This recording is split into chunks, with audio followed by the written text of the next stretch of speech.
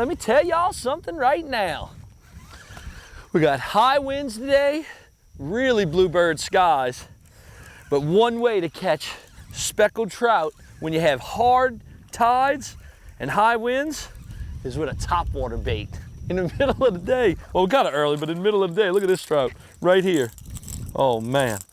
Now, one of the keys right now is that when you're fishing high current and you got days where the winds are blowing really hard, you're gonna get current and tide because of the winds blowing along the entire coast. And what you gotta do is you're gonna use that current and that tide to your advantage. And right here is a perfect example of what I'm doing. I've got a couple of openings where the water is just pouring out on the south end of a bay. And what's happening is with that wind blowing through there, these trout are gonna gorge themselves and they're gonna be looking for anything they can find that comes through there. If it comes through, it's prey and food for these fish. Awesome speckled trout, nice one. On that mirror lure she-dog, nice and loud. All right, well, let's release him. We'll get him back in the water.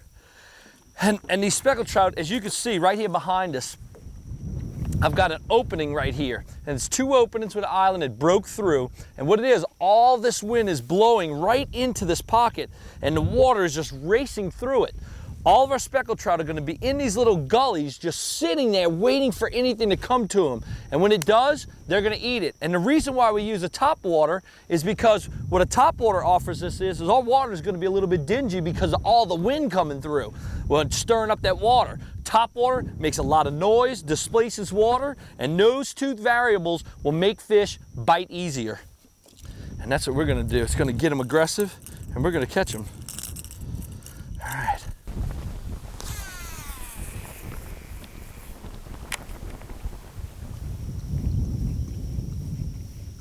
Oh, there he is, right there. Got him. Come another one. Now, you know, why I'm showing you this scenario is that a lot of times along the Gulf Coast, we get really windy days just from sea breeze blowing. And a lot of people have a tough time because they'll tell me, oh, Charlie, the wind was blowing so hard, Captain, that we had just a tough time catching fish. But what happens is that you have to be versatile. You gotta know that sometimes your popping cork is not gonna work or fishing a jig on the bottom isn't gonna work. And the reason why it's not gonna work is because these fish, they need something to really trigger them and something that'll really entice them into biting. Because when winds blow really hard, fish get set up and they just kind of hold up. They don't have to feed every single day. So what they do is they just kind of hold up and go, well, you know what? Today I'm gonna go ahead and I'm not gonna eat because the wind's blowing really hard and the water got dirty. Well, if you throw something like this mirror lure she-dog, it's a smaller profile bait. It's got a lot of noise to it. When you're walking the dog through the water, that entices an instinctive strike where they don't really know that they're eating, they just do it because. And understanding that that's the way that you could do this during adverse conditions, that's the way you can catch fish like that. Awesome bait.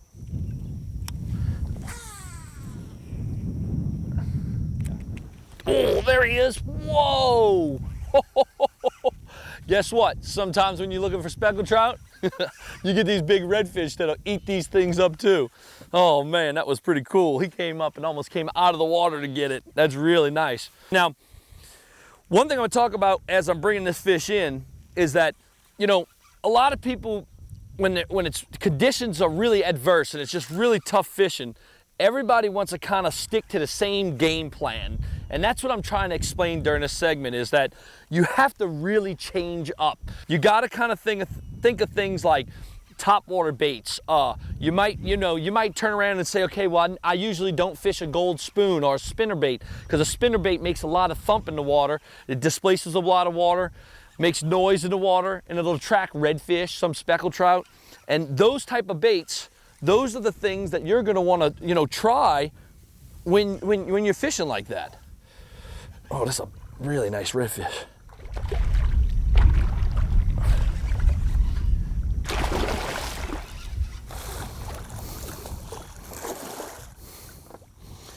All right, I'm gonna have to get my net for this one. One thing with topwaters is that you should always be cautious, just like having a darn, you know, a wasp nest around. These treble hooks, you know, they can really stick you. So what you want to do is you want to make sure that you use your net to get them in a lot of times, because these treble hooks, even though they're in the fish, you know, they can come out and get you, you know, so you have to be really cautious with them. Oh, that's a big fish. Oh, settle down, big boy. Look at that. Oh, you don't think that thing ate that bait? Holy moly. Oh, it looks like a horse bridle on it. Let's get this off and get her back in the water. It's a pretty fish. And this is our breeders. We want to always release these bigger ones like this, put them back in the water, and let them make some more babies for us to be able to catch. Man, that's a beautiful redfish. Let's hurry up and get her in because she's bleeding. Get her back in where she can get that blood coagulating. And come on, girl. There you go. And that is what's so awesome about it.